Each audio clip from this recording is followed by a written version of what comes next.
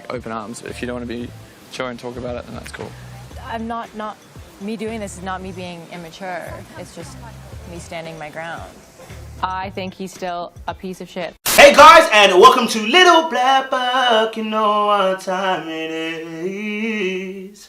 Alright, if you're new to the channel, make sure you like, share, subscribe, click on that bell button for notification of the uploads, baby. And for those of you who are returnees, you ain't got the minerals. Make sure you grab your merchandise down below, guys. Don't be without us, you know what I'm saying? You ain't got the minerals, blood. Alright, cool. We're now talking to you guys about Harry and Francesca. Obviously, we follow this couple, the first rule breakers of the island, and also the first ones to kind of like have a big argument.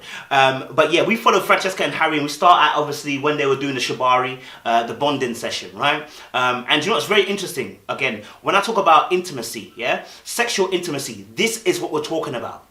The bonding session is sexual intimacy. Yeah, you see the how, yeah, no one's having sex, but it's a part of a sexual foreplay, right? Well, it certainly didn't take these too long to get into the swing of things. Tying him up was great because I was like kind of hurting him. I had a little bit of pent-up aggression that I needed to get out. So that bonding, that tying up, everything like that, what does it allow? When we go to the end of what Francesca and Harry actually achieved through this bonding session, they actually reconciled. So do you see, and this is a very powerful thing, because sometimes what happens is in relationships where people get into it, they get deep into sexual intimacy and it becomes their apologist language.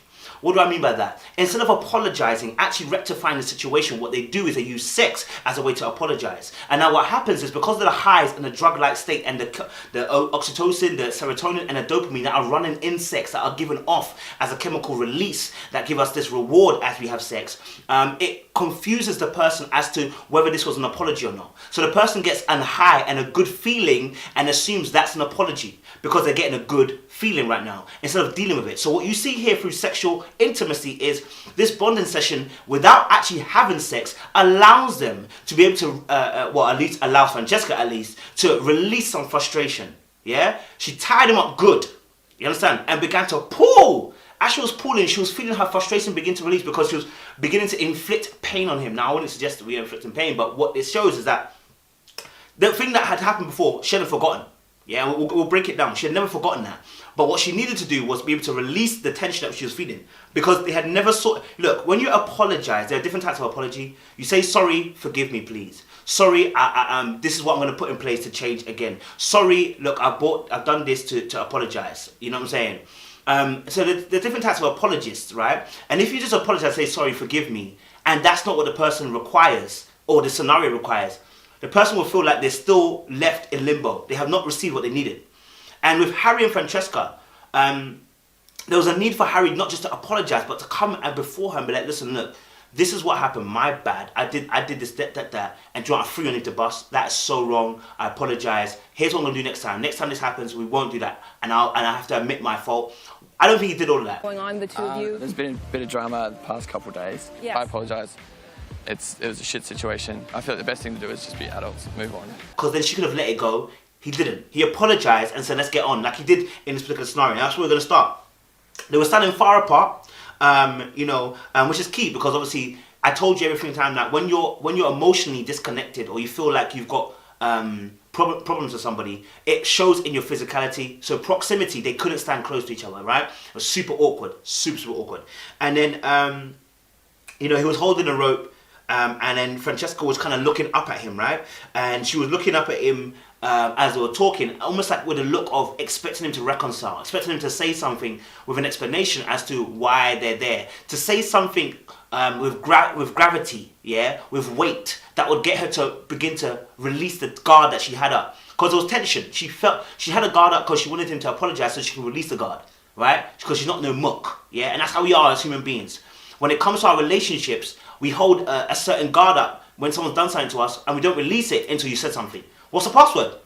What's the password? The password is, sorry, I did this, my bad, I apologize, I won't do this again. Or, you know, you do something to reconcile, you know, I'll reschedule dinner next time, babe, we'll go out this time, or I'll buy this for you next time. Do you know what I mean? There is some type of apologist password that's needed to get the guard to release. And she hadn't had it yet, right? So obviously now there's a conversation between Francesca and Harry, and what I find is very interesting is Harry's behaviour. Harry thinks he's Adonis, he really does, and he thinks it's God's gift to mankind. And what's really interesting is the way that he uses certain styles of sentences. So here we go. Like, walk away now if you're not feeling it. But Obviously, I'm not feeling it. When they're standing there, he says to her, "Walk away now if you're not feeling it." Walk away now if you're not feeling it. There should have been, if you're not feeling it, we can, let's not do this. That would have been a statement that includes you to be able to give a response. Walk away now if you're not feeling it is a very dictative sentence. It's a commanding sentence. And he's in no position to command, right? Do you know what I'm saying? He's going to find out very, very soon. He's in no position to command. It's because he thinks he's got this girl on lock. And oftentimes as well, because there's arrogance. A lot of guys have a lot of arrogance, and so they talk to women like trash.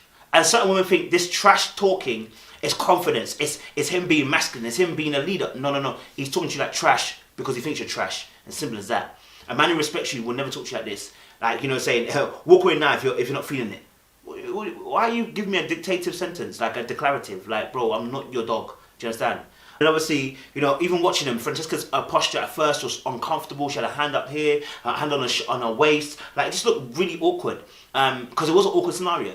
And then, he says obviously he's here with open arms, even though his arms were closed. But his tone wasn't open.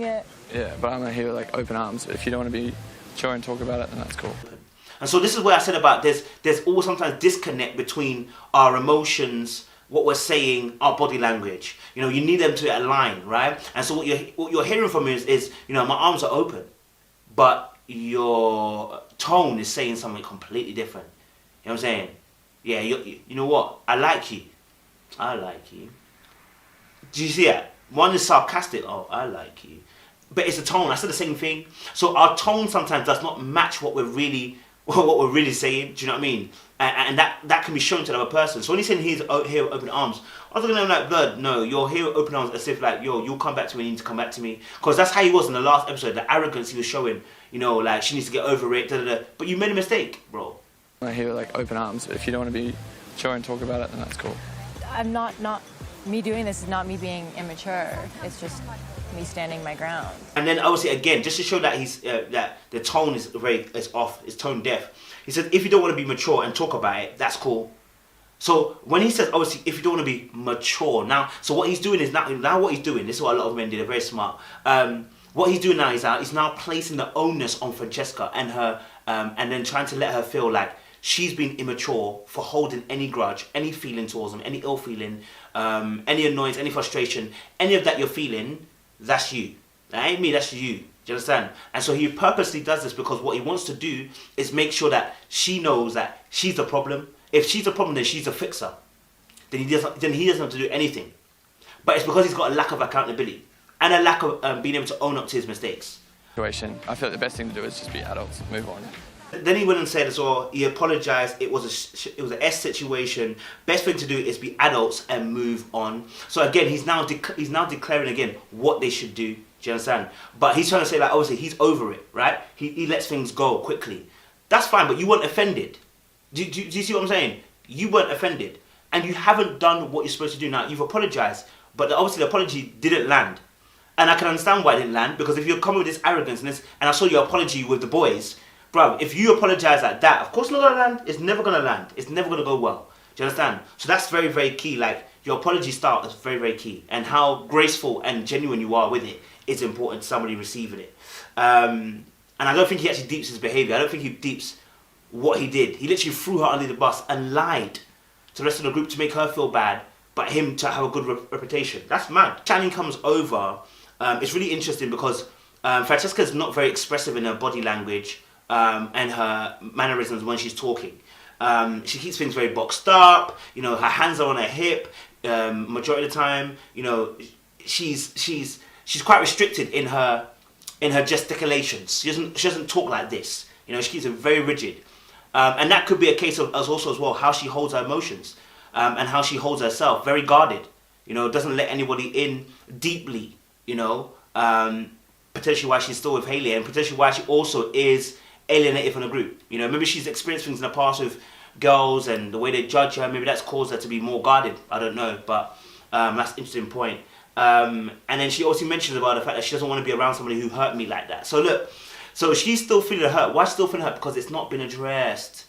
It's not been addressed. Look, a good apology will address this feeling that she's feeling. You understand? Like, it's not like he cheated, but he threw her underneath the bus. So there should have been a very good explanation as to why he did it. And then obviously an apology saying, listen, this is what I'm going to do next time. I'm not going to allow that to happen next time. Do you know what I mean? So that she can feel at peace. But yeah, I don't think he's done that. They then hug it out, and which is really interesting because watch her arm. If you see her arm, her right arm goes around the back of his neck, but it's open. It's not closed. And then obviously her other left arm also, her palm is on his body. Let me tell you something. When you don't like somebody, yeah, it's going to be very hard to hug them and have your hands on their body. Let me be very real with you. When you don't like them, it's going to be very hard for you to put your hand on their body because it's not for you. You understand? Like, do you get it? And then at the end of the thing as well, we see that obviously they're hugging at the end, and you watch her hand comes onto his forearm and rubs it. They're back to intimacy again. They're back to physical intimacy. That was all. You know, it took one exercise where she could just vent her frustrations, and he was a punching bag. You see, that's the whole point. When you come to apologize, you're there to be a lamb. You're there to be at the sacrifice. Yeah. You're there to be a sacrifice, and because of that, the person then feels free to the person then feels free because obviously at that point they've sacrificed you. They've cut you at the throat. They've let the blood run. They're feeling good. Do you understand? And so yeah, I'm gonna end it there to say, listen, look, these two. You know what? Harry thinks he's better than he is. And the problem is he doesn't realise this girl is top quality notch. Keeps playing around, someone else will take him off his hands. Because he's funny, but he doesn't sound very deep. In fact, most of these guys don't sound very deep. This won't last very long in the outside world. Well, he's from England, she's from America anyway. So, this is a holiday romance. But the depth of a connection in terms of emotional quality connection is so lacking. Do you know what I mean? But anyway, guys, hey, make sure you like, subscribe, click on that bell button for notification of the uploads, baby. You know what time it is. Think before you do. Don't do before you think. I should be thinking about what you're doing.